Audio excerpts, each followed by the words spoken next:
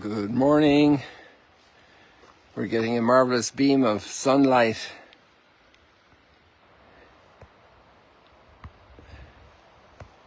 Finally. Up to now there was not such picturesque opportunity because of all the cloud.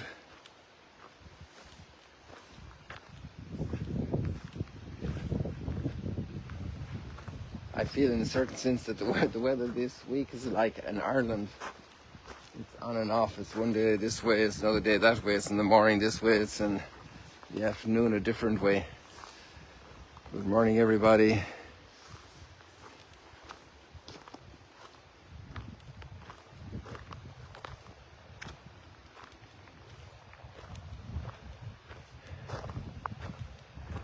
We've had this east wind for almost a day now. Yesterday morning it started.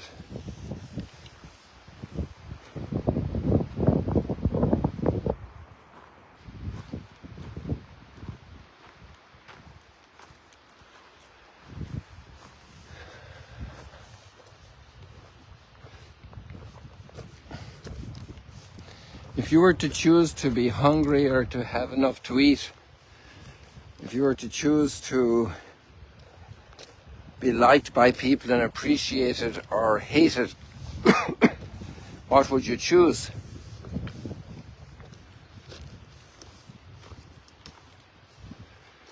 It's kind of obvious, right? Because we're made for life, we're made for our hunger is there, so we eat, and our appreciation of others wants to be reciprocated.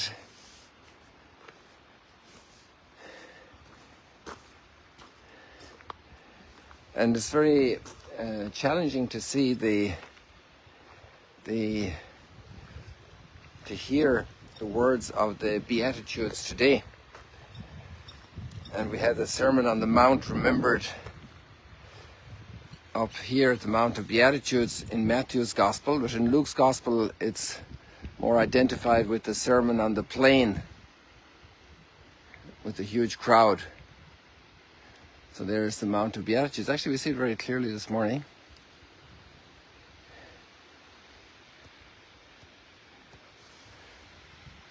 The nearby view is very clear. So there's more to this than just the hard facts of the needs.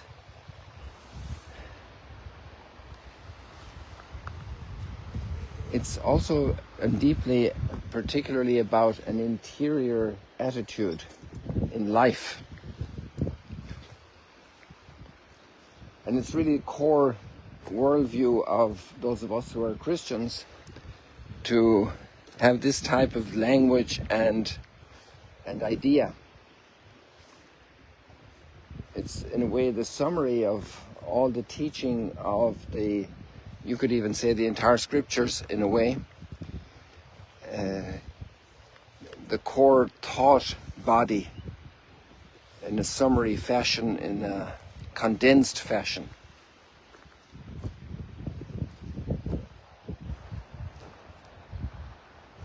So it's starting off as well with the 12. They're established, they're getting experience, and it's laying out the core message that they will have.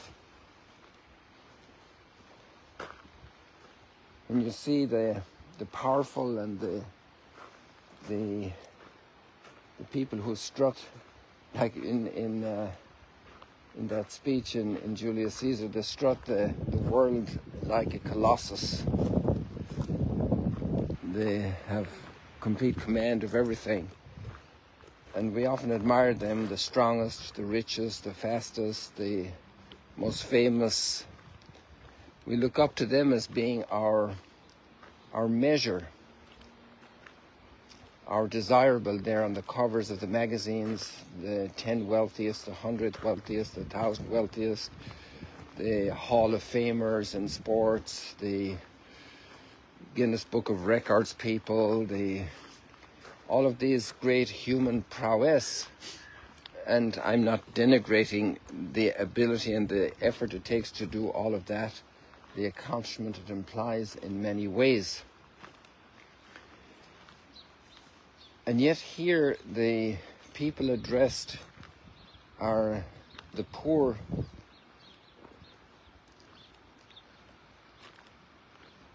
the hungry, those who are weeping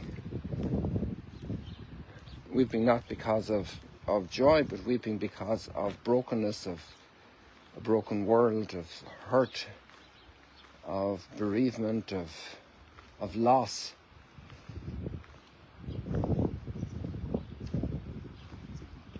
Blessed are those when people hate you and denounce you. Leap for joy on that day. And this is deeply connected with the first reading of Jeremiah, which is almost verbatim Psalm 1, maybe said in a more demanding way, a more cutting way. We go up there to Psalm 1, to Jeremiah chapter 17. It's a very strong language. Curse the one who trusts in human beings, whose heart turns away from the Lord. And that's part of the core part, the heart turning away from the Lord. And after we finish the Beatitudes in Luke, then we have the woes. In a certain sense, it's almost like a parallel of the cursed part. And then we have the opposite. Blessed is the one who trusts in the Lord. Yesterday evening, I saw a 12, almost 13-minute film. It's called the 21 film. And I put the link in here in the notes for you so you can see it.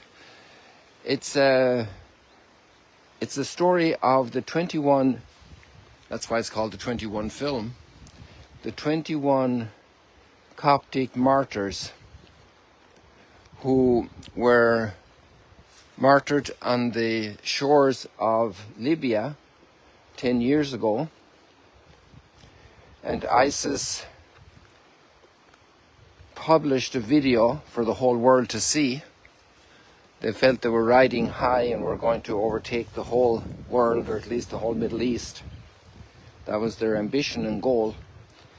And they actually left then very direct live footage of martyrdoms, because all the martyrdoms we have, their verbal accounts, sometimes written accounts of the story of the martyrs, maybe verbal accounts for quite a while and then eventually written down, sometimes verbal accounts closer to the facts, in especially more recent cases, but also some cases in the Roman Empire. So here we have video footage of the martyrdom. And actually they were able to read the lips of the martyrs, what they were saying. And all of them were speaking to God with mercy for their executioners. And they were speaking to God for forgiveness for their murderers.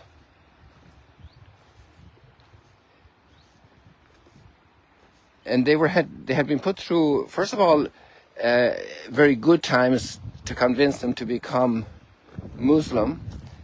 And then when they were not making any progress with that methodology, the ISIS turned them over to tortures.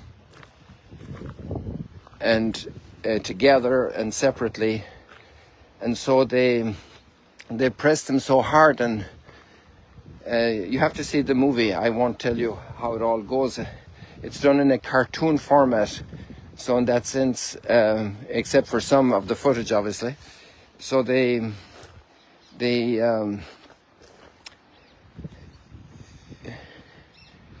it's a very powerful story, and I think in a certain sense it's kind of a litmus test. It's the sample of this way that our life of faith is actually real. It's physical. It's practice. It's not a theory. It's not a world view just like that.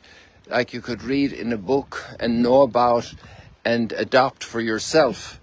It's a way of life of trust. And we have Psalm 1, and so the blessed are they who hope in the Lord. So that's the one that maybe is very sad right now. That's the one that's poor right now. That's the one that's being tortured right now. And this person who hopes in the Lord is like a tree planted near running water. And all these trees are very strong because there's no danger of them being out of water, because their roots are going to be drawing, even if the lake goes down, hopefully not, a couple of meters still, then the trees will, their root system will, they're here beside the water and they won't die. We have all these trees here over on Mount Arbel that are very interesting because they indicate a whole line of water.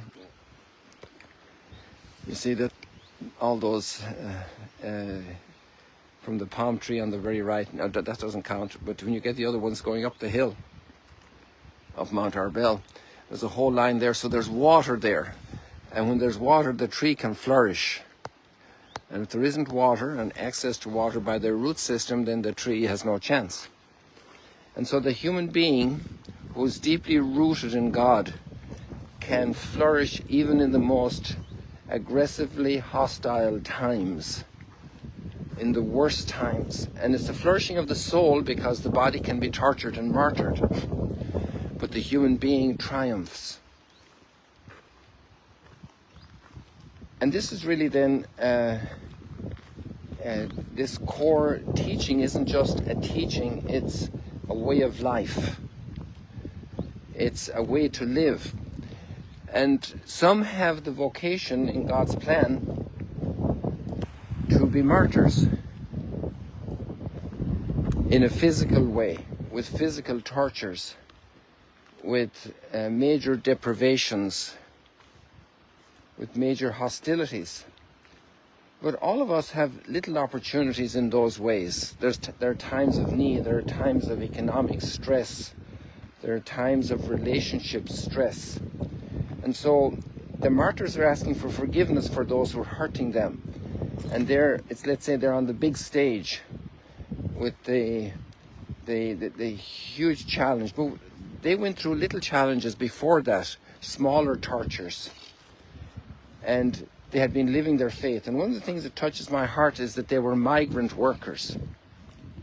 So you have blessed the poor, theirs is the kingdom of heaven. Now, just because you're a migrant worker doesn't mean you're a saint. But since you're a migrant worker, you're very dependent immediately on work. And if you don't get work today, you don't have much for tomorrow. You're away from home. You're suffering a lot of deprivation. And we have lots of migrant workers around today. In a certain sense, these Coptic martyrs aren't just the martyrs and recent martyrs, but they're migrant worker martyrs.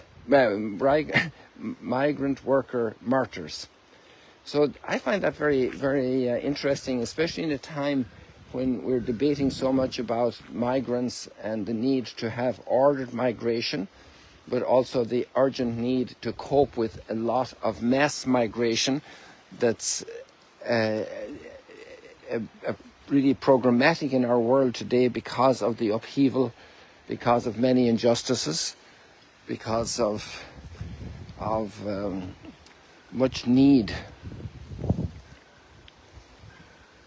And the core piece then that's giving the foundation for all of this is really in the second reading, because in the formulation of the Sermon on the Mount, it's basically explaining that as a program. Blessed are those who hunger, blessed are those who weep, blessed are those who are poor, blessed are those who suffer injustice. Rejoice and be glad on that day, for your reward is great in the kingdom of heaven. The kingdom of God is yours.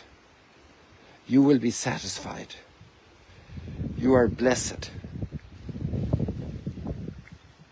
This is the way we see life. And so then when there's a hurt in the family, it's not about revenge and shouting back.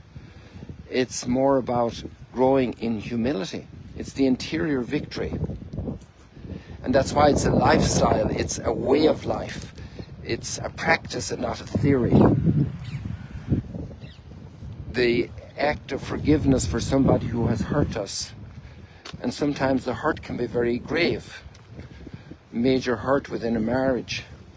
Major fight between siblings. Very, very possible sometimes when the parents die.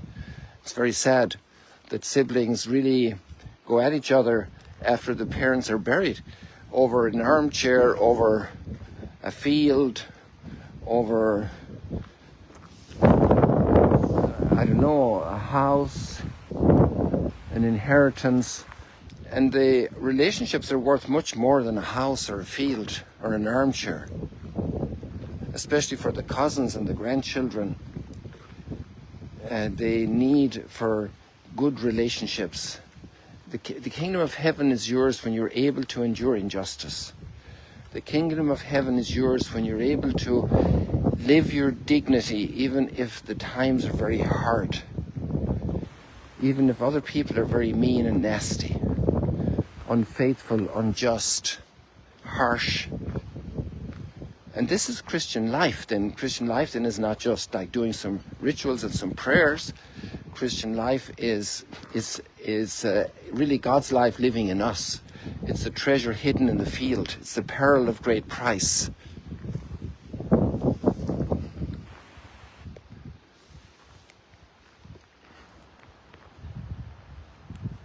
People, that's a lot for today. We start a little late because of all the clouds, so we get a little bit more of the drama of the sky. God bless you. See you later, alligators. There we have Duke and Hilton behind us. Have a blessed Sunday. Pray for us. Might have a surprise for you tomorrow. Let's see. Don't forget to see the movie. 13 minutes. 12 minutes. Just shy of 13 minutes. It's don't share it to children first of all until you see it, and then share it with the grandchildren or with somebody who's very sensitive. Be able to help them, introduce them to it so they can deal with it well, because after all it's about a martyrdom of 21 men, parents, migrant workers. God bless you.